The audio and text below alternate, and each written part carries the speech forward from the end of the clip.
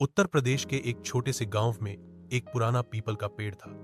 गांव वाले कहते थे कि उस पेड़ के पास शाम के बाद कोई नहीं जाता, कारण वहां एक आत्मा का साया था। कई साल पहले उसी पेड़ के नीचे एक औरत की रहस्यमयी मौत हुई थी। लोगों का कहना था कि वो औरत तांत्रिक विद्या में लगी थी और किसी दिन उसका कोई टोना उल्टा पड़ गया। तभी से उसकी आत्मा उसी पेड़ से बंधी रह गई। गांव में रमेश नाम का एक युवक था जो इन सब बातों पर यकीन नहीं करता था। वह पढ़ा लिखा था और इन सब बातों को अंधविश्वास मानता था। एक रात दोस्तों के साथ शर्त लगाकर वह उस पीपल के पेड़ के पास गया।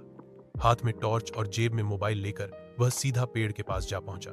जैसे ही वह पेड़ के नीचे पहुंचा, हवा अचानक रुक गई। टॉर्च की रोशनी बार बार टिमटिमाने लगी। तभी उसे किसी औरत की कराहने की आवाज सुनाई दी।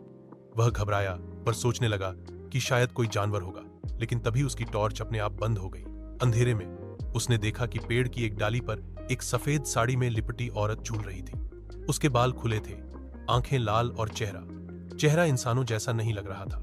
वह औरत नीचे देखने लगी, सीधे रमेश की आंखों में। रमेश डर से कांपने लगा, लेकिन पैर जैसे जमीन में गड़ गए थे। औरत नीचे उतरी, बिना जमीन को छुए।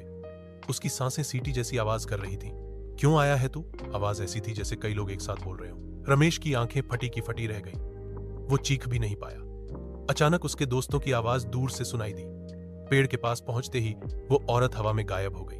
रमेश बेहोश हो गया। जब वो सुबह उठा तो गांव के मंदिर में था, लेकिन तब से लेकर आज तक रमेश की आंखों में एक डर बैठ गया है।